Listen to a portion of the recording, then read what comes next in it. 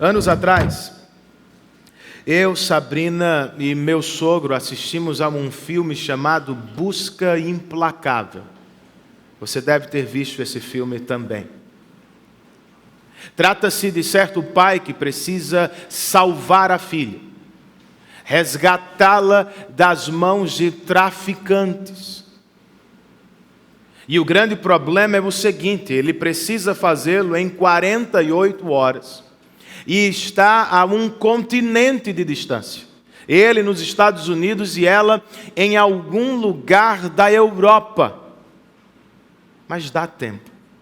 Graças a Deus ele consegue. Aos 45 do segundo tempo, como o Flamengo. Ele chega a tempo, arrebata a filha das mãos de um homem mau, antes que ela pudesse se tornar um objeto sexual de luxo. Como o fim do filme, vem aquele alívio, irmãos. Pois este é um daqueles filmes de cortar os nervos, congelar os olhos, tirar o fôlego. Você não consegue sair do sofá nem por um minuto. Já assistiu alguma coisa assim? Depois do filme, enquanto conversávamos, Sabrina perguntou: pai, o senhor faria isso por mim? E meu sogro, com o seu humor típico, respondeu: claro que faria, só que não com a mesma habilidade. Não é assim que às vezes respondemos ao que assistimos, irmãos? Gostaríamos de ser como o personagem, fazer o que ele fez, ter o poder dele, mas nem sempre temos. Em outros momentos nós louvamos a Deus porque o filme terminou e ele não retrata a nossa realidade. E ainda bem que não estamos vivendo o mesmo. De fato, a nossa vida não é um filme. Não podemos passar a cena, voltar a cena, pausá-la. Mas verdade seja dita, vez por outra ela fica tão difícil quanto alguns filmes que assistimos. Por mais que você não goste da ideia, a vida é, vez por outra, perigosa. Ela se torna pesada. Ela é assustadora. Alguns problemas parecem monstros que querem nos devorar vivos. Situações parecem ondas, ou uma série delas, que parece passar por sobre as nossas cabeças. Pensamos, vamos perder desta, nós não escapamos. Foi assim que você chegou hoje para cultuar?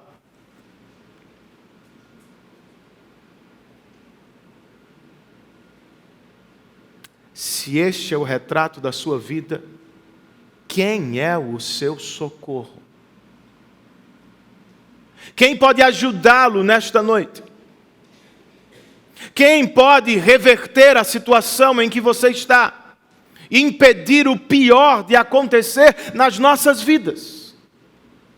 O Salmo de número 124, irmãos, canta em alto e bom som uma mensagem que pode nos encher de confiança e esperança. Qual é esta mensagem?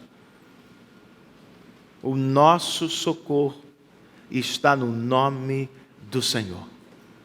Vamos ler o Salmo 124?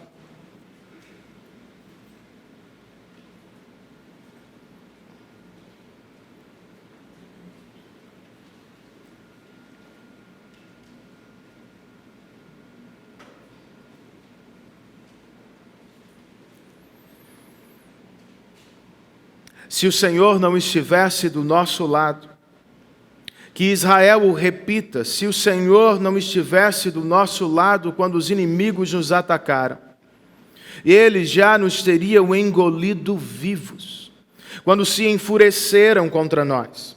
As águas nos teriam arrastado, e as torrentes nos teriam afogado. Sim, as águas violentas nos teriam afogado. Bendito seja o Senhor, que não nos entregou para sermos dilacerados pelos dentes deles. Como um pássaro escapamos da armadilha do caçador. A armadilha foi quebrada e nós escapamos. O nosso socorro está no nome do Senhor, que fez os céus e a terra. Senhor, nós nos aproximamos de Tua palavra e só Tu sabes como chegamos ao Teu culto. Pedimos que por graça e misericórdia o Teu Espírito fale aos nossos corações. Que nós não saiamos daqui como chegamos, mas que por meio da Tua palavra, ó Deus, e a ação do Teu Espírito, que deixemos este culto mais confiantes, mais esperançosos, sabendo que Tu és o nosso socorro. Nós dependemos de Ti, Espírito, para ouvir a mensagem da Tua palavra. Faz isso. Nós oramos em nome de Jesus e para a glória dEle. Amém.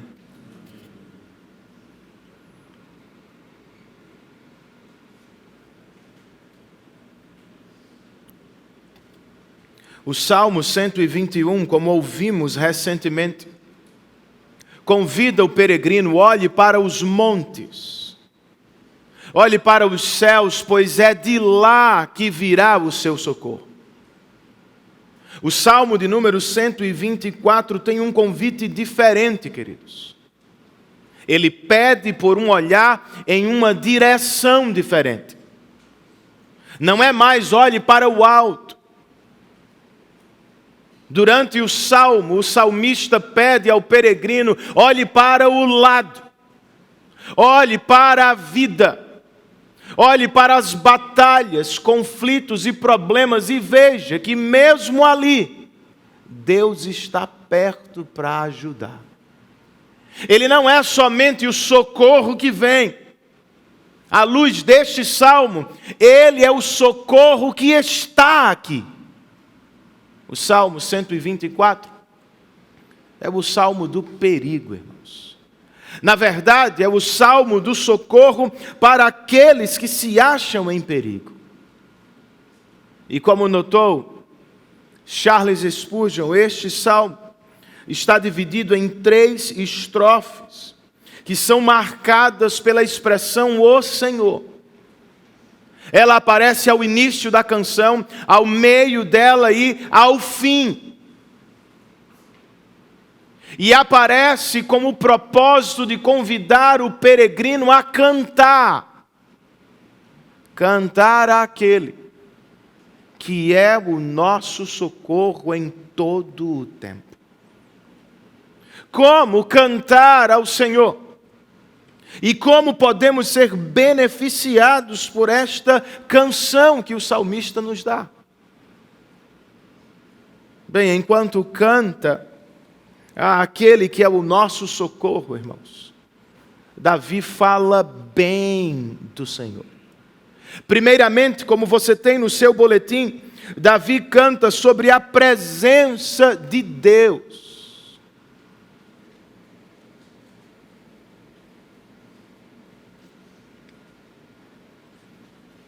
O Salmo é quase todo organizado no tempo passado. Não sei se você percebeu este detalhe. Para enfrentar as dificuldades do presente, para encorajar os peregrinos de todas as épocas, o salmista medita no que Deus fez no passado. Ele começa com versos 1 e 2.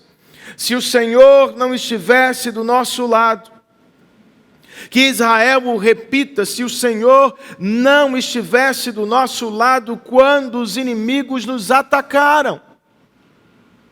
Não sabemos precisamente, irmãos, de que evento histórico Davi está falando aqui. O que sabemos, porém, é muito melhor. Quando os inimigos chegaram, Israel não estava sozinha. Deus estava ali. E há um detalhe. Não é que Deus esteve ao lado dos israelitas, fazendo apenas companhia. Não, irmãos. O salmista nos diz que Deus esteve do lado de Israel. O que significa dizer que Deus foi por Israel. Ele não estava meramente ali, compondo o cenário. Ele estava ali para combater por seu povo. Ele jogou do lado deles. Ele batalhou por Israel. Ainda bem. Pois se não fosse o Senhor, Davi e seus soldados teriam sido derrotados facilmente. Por quê? Veja por você mesmo como Davi fala de seus inimigos. Versos 3, 4 e 5. Se o Senhor não estivesse do nosso lado, verso 3, os nossos inimigos já nos teriam engolido vivos, quando se enfureceram contra nós. As águas nos teriam arrastado, e as torrentes nos teriam afogado. Sim, as águas violentas nos teriam afogado. São duas metáforas que ilustram o poder e o tamanho do exército inimigo. Aos olhos de Davi, seus inimigos pareciam um dragão poderoso, que estava pronto para devorar seu exército vivo. Os soldados inimigos chegaram de repente, surgiram como chuva torrencial, todos do nada surgiram e se colocaram em torno da cidade santa, sufocando quem estava dentro. A experiência de Davi e seus soldados era: vamos morrer aqui, como se estivéssemos afogados. Só não morreram, irmãos. Só não foram engolidos vivos, porque o Senhor estava do lado deles. Antes que a onda os levasse, que o monstro abrisse a sua boca para devorá-los, o Senhor estendeu seu braço forte e os resgatou. Aos peregrinos de todas as eras, o salmista está sugerindo: não se esqueçam do que Deus fez no passado. Se lembrem, Deus está do nosso lado, Ele é o nosso socorro. É o que precisamos fazer, queridos. Mas Renan, talvez alguém esteja pensando: dragão não existe. É coisa de conto infantil, será mesmo? Eugene Peterson escreve o seguinte: ninguém jamais viu um dragão, mas todo mundo sabe que eles existem, especialmente as crianças. São projeções dos nossos maiores temores, interpretações horríveis da vida que nos amedronta. O que lhe vem à mente? Pense naquele chefe arbitrário e déspota, que tudo exige e por nada agradece. Ou, como coloca um irmão da igreja, pense naquele professor filisteu, que persegue e apavora os alunos cristãos, abusando de seu poder e posição. Pensando na segunda metáfora, irmãos, na força das águas, na chuva torrencial que arrasta e quer nos afogar. Pense nas dívidas que às vezes assumimos, ou naqueles irmãos que estão sendo levados pela correnteza das doenças e das dificuldades. Por mais que você tente, você não consegue. Por vezes paramos e pensamos: não há o que fazer diante do dragão. não vamos resistir à força das águas da vida, seremos levados.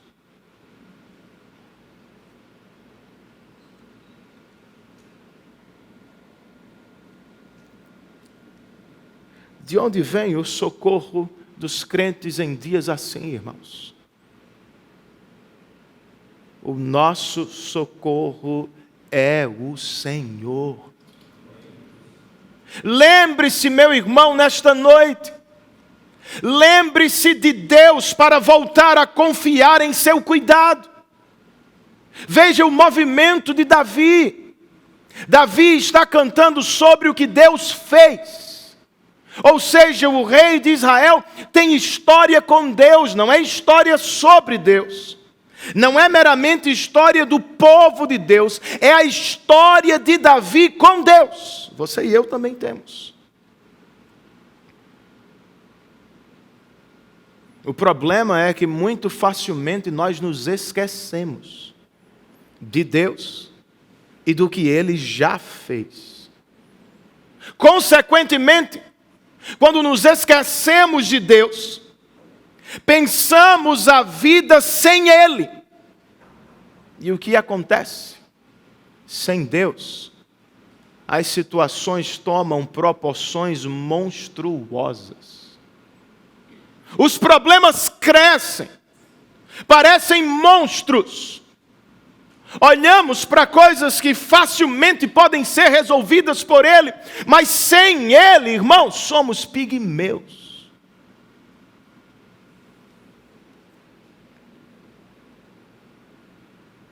Você e eu não nascemos ontem. Nós temos histórias com Deus, queridos. Sim, já estivemos na boca do dragão antes. E sim, a força das águas quase nos arrastou, mas ela não conseguiu. Você está aqui, eu estou aqui, por quê? Deus estava do nosso lado.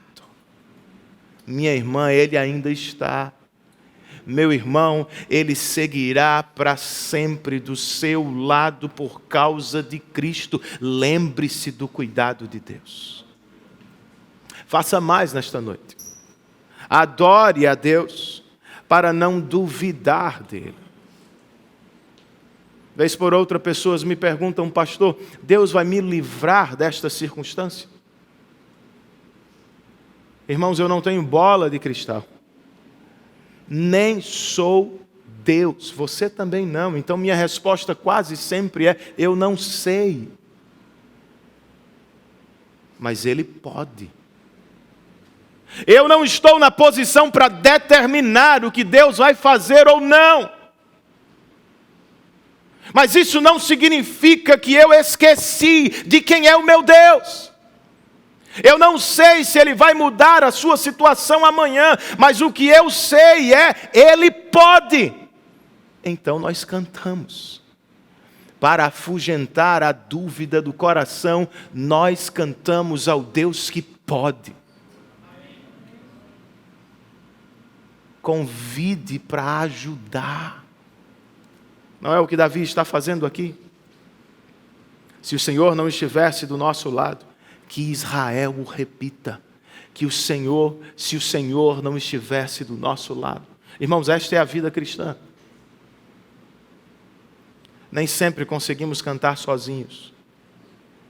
Não é fácil ficar de pé diante de uma tempestade. Manter a calma quando há um monstro nos cercando. É quando aparecem amigos cristãos, pastores, pregadores da palavra, liturgos da nossa igreja, eles pedem, convidam, falam, deem atenção à palavra de Deus. Ele é o nosso socorro. Você está precisando de ajuda. A vida se tornou difícil de repente. Meu irmão, procure alguém depois desse culto. Entre em contato com um membro do seu pequeno grupo. Tenha amigos cristãos com quem repartir seus fardos. Nem sempre você quer ler a Bíblia, mas há gente que pode ler para você. Nem sempre você terá vontade de cultuar como aprendemos, mas há irmãos que podem orar por você e tomá-lo pela mão. Peça ajuda. Se você está vendo alguém que precisa, não espere o convite, meu irmão. Tome a iniciativa para ajudar seus irmãos em Cristo. Convide-os para cantar aquele que é o nosso socorro. É o que Davi faz, irmãos, na primeira estrofe deste salmo. Ao meio da canção, o rei de Israel canta sobre o poder de Deus que é o nosso socorro. E outra vez ele prega por meio de metáforas. A primeira delas parece retratar uma fera pronta para atacar a presa. Só não consegue porque outra vez Deus estende a mão. Verso de número 6.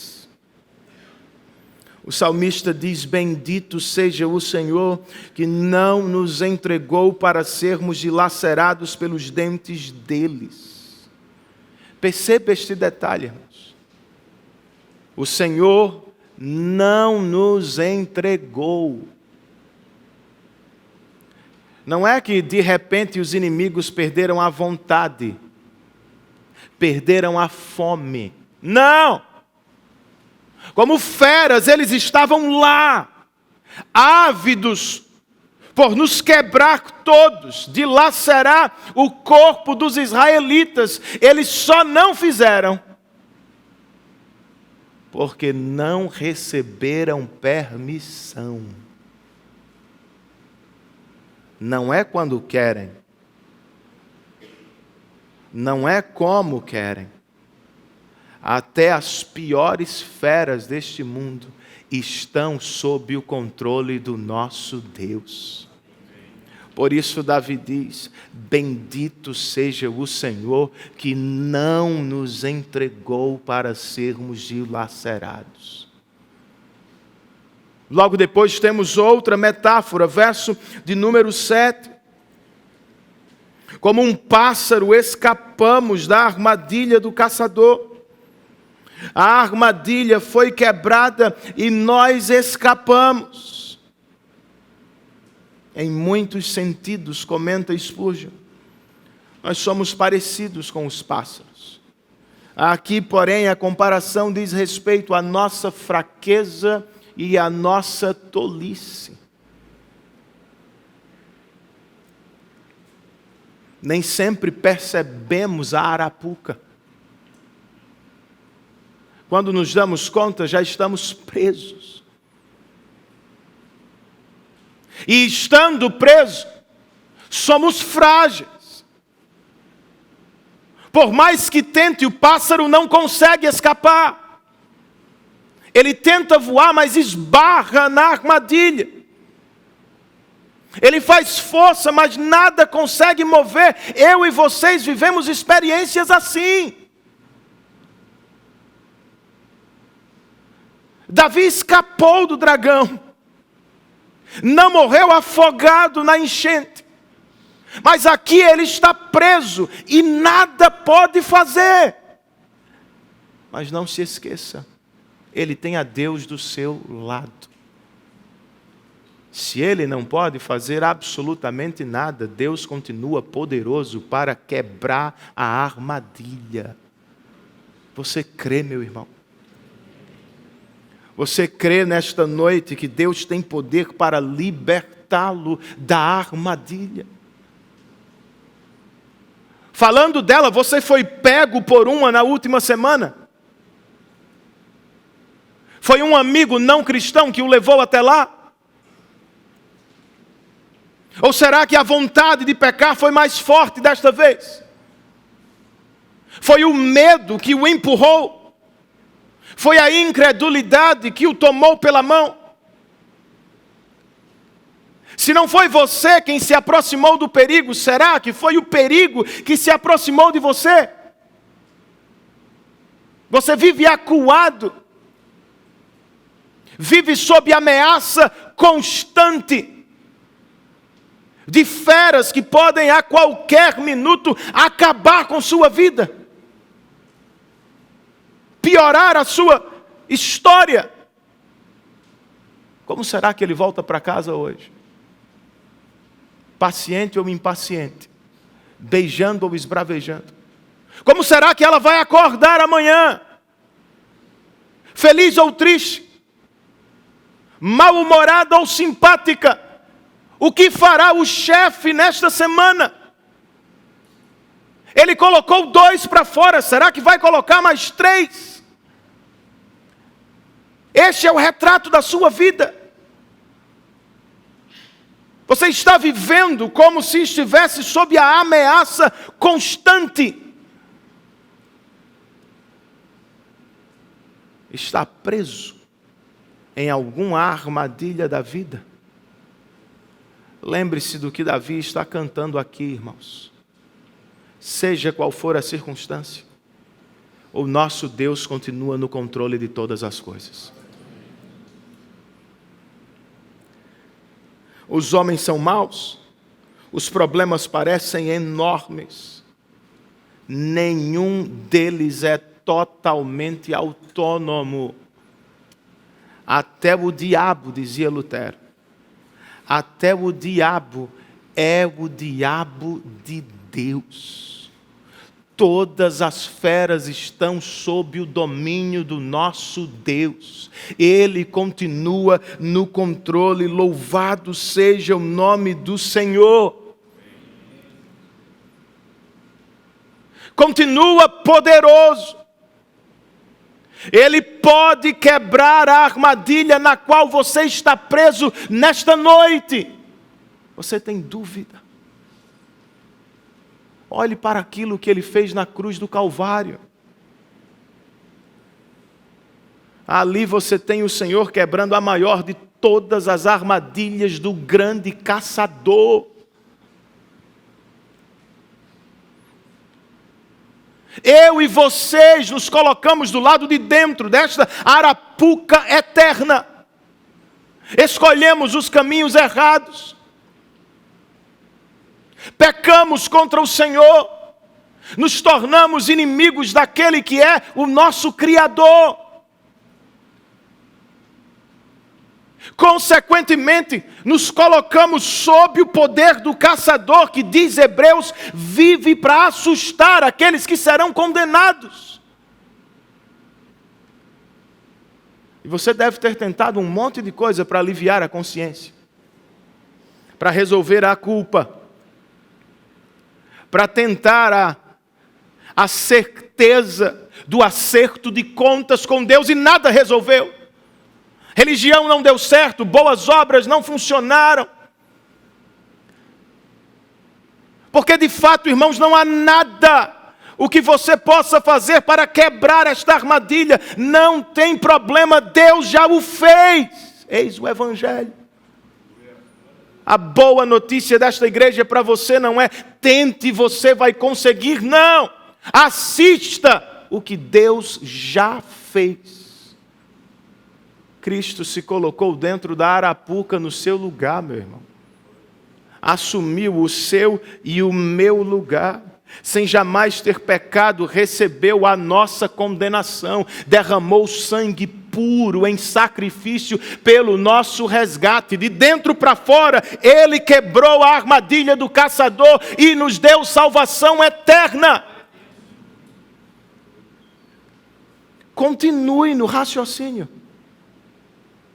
Se Ele quebrou a mais poderosa das armadilhas, de uma vez só, por que não quebrará as menores delas que nos atormentam nesta noite?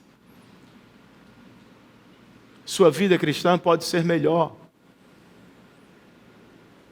Você não precisa viver sob o domínio do pecado. Se você está em Cristo, você é livre do domínio do pecado. Aproprie-se dos meios de graça. Confesse os seus pecados uns aos outros e dependa de Deus para libertá-lo de todos eles. E se você ainda não tem esta dádiva, a certeza e a experiência da salvação, se a culpa ainda lhe perturba, se a incerteza da eternidade ainda é um problema, se o Espírito lhe falar no coração, não se endureça nesta noite. Responda com fé e em arrependimento e saia deste lugar seguro por toda a eternidade.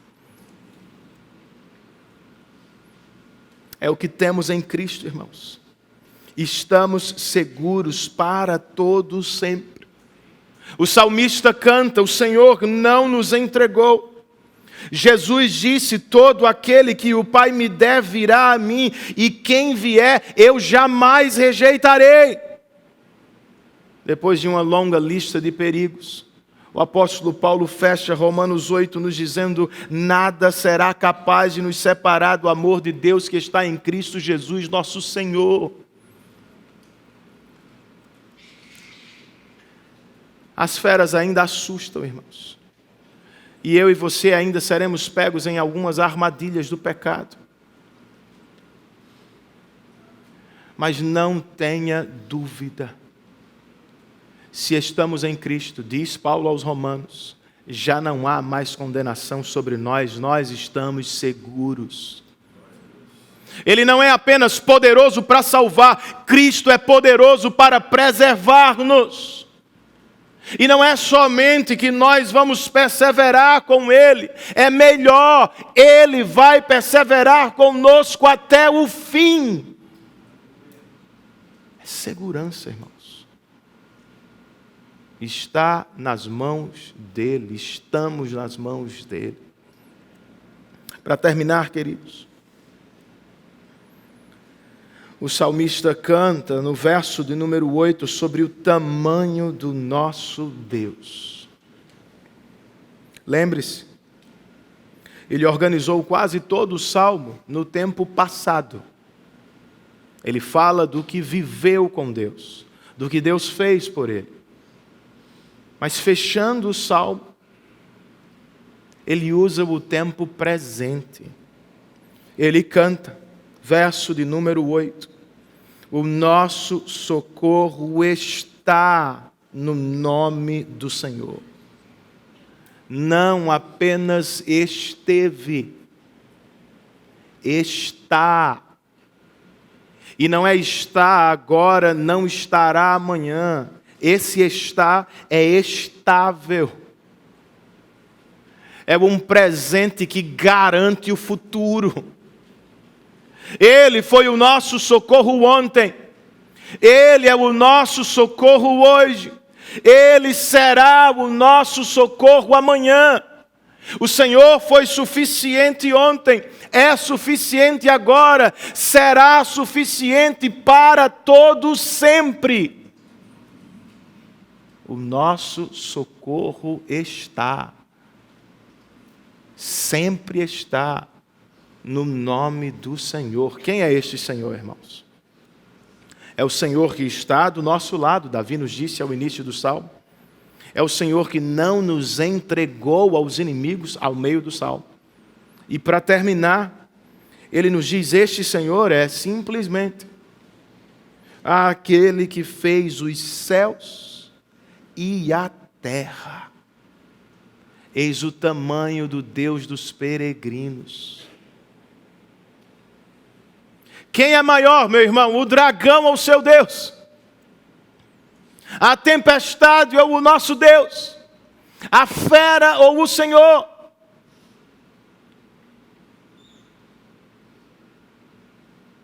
O nosso Deus é grande e todo-poderoso.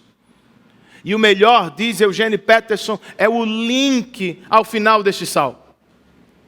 O comentarista escreve: o último verso do Salmo 124 liga o Deus que criou o céu e a terra com o Deus que nos ajuda pessoalmente. Ele toma a majestade daquele que moldou em ordem e beleza a forma de um universo inteiro. e encontra esse mesmo Deus envolvido nas dificuldades de uma pessoa comum. É isso, irmãos. O Criador dos céus e da terra é o seu socorro. É o meu socorro. Se este é o tamanho do nosso Deus, nós precisamos tirar os olhos dos monstros, das feras e das enchentes desta vida e precisamos colocá-los sobre o Senhor. Davi está na terra, cercado por perigos, mas seus olhos não estão fitos nas criaturas, ele está olhando para o Criador. Os problemas não o paralisam, pois os seus olhos estão parados no Deus Todo-Poderoso. É o que precisamos fazer. Não é o que fazemos sempre, é? Por que não? Nós ouvimos demais o próprio coração. As pessoas mais perturbadas são aquelas que mais ouvem o próprio coração. Não sei o que é que você tem aprendido lá fora, mas a Bíblia diz que ele é enganoso. Naturalmente, ele é incrédulo. Ele olha para a vida sem fé, muitas vezes. Ele é imoderado, aumenta as coisas. Ele foca as circunstâncias.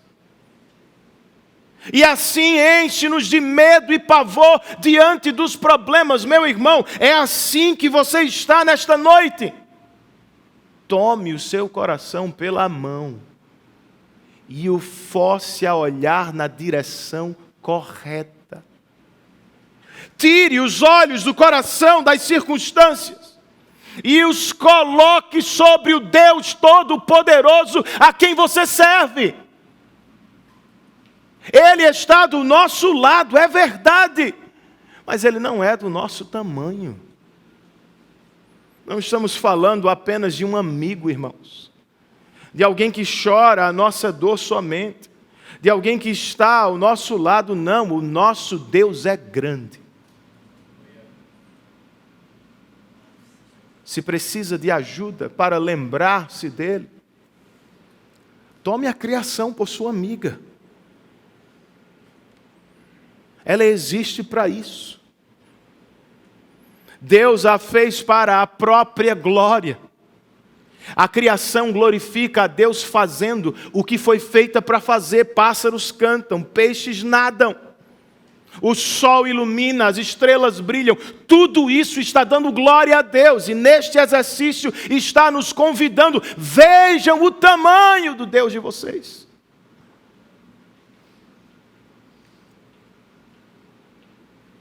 Percebam o cuidado dele. Eu sei que a vida é corrida, irmãos, se nós temos muitas coisas para fazer, mas na nossa agenda precisamos ter algum espaço para a contemplação da criação. Você precisa ter olhos para o teatro da glória de Deus, não é a igreja. A igreja é personagem importantíssimo. Mas o teatro da glória de Deus, dizia João Calvino, é a criação do Senhor.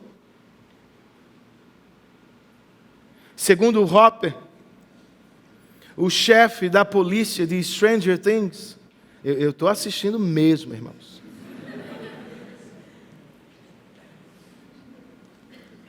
De acordo com ele, as manhãs foram feitas para café e contemplação. A manhã inteira não dá. Mas em algum momento do dia, da semana, você precisa contemplar o teatro da glória de Deus. Precisa ser auxiliado. Você caminha na praia, bom para você. Eu já estou correndo. 2 quilômetros. Mas é um bom começo, né, Davi? Não só caminhe, meu irmão. Espero que pelo menos você tenha algo bom para ouvir. Mas não só escute. Tenha olhos abertos para ver. E não só veja. Adore enquanto você corre e caminha àquele que é Criador dos céus e da terra. Ele está ali para ajudá-lo.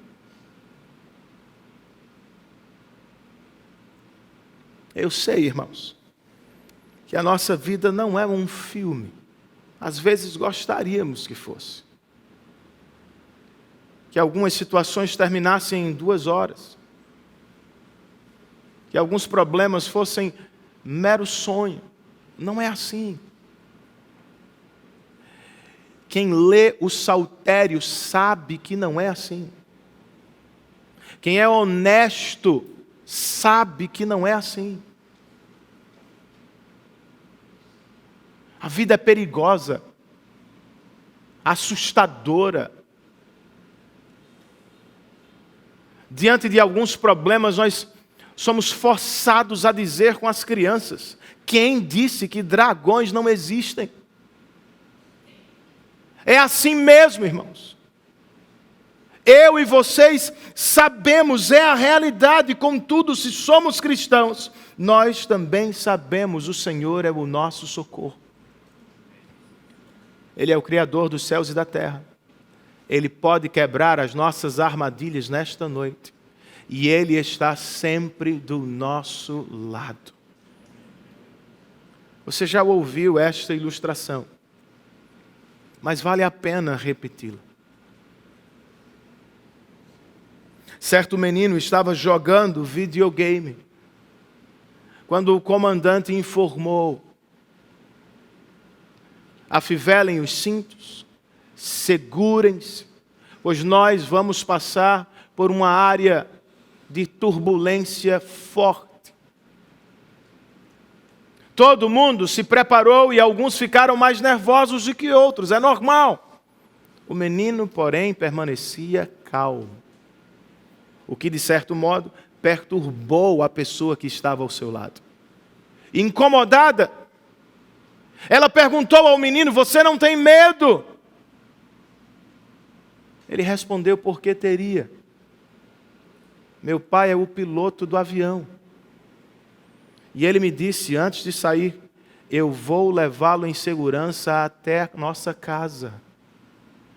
Meu querido irmão, o seu Deus não é alguém diante ou ao lado de quem você está sentado, do mesmo tamanho, a mesma estatura. Não, não. O nosso Deus é o Criador dos céus e da terra. Está no controle de todas as coisas para a glória de seu nome, para o nosso bem. E Ele nos prometeu: vou levá-los em segurança até o fim. Confiemos no Deus que é o nosso socorro em todo o tempo. Curve a sua cabeça, feche os seus olhos, pense um pouco sobre o que você ouviu e faça uma breve oração respondendo à palavra de Deus.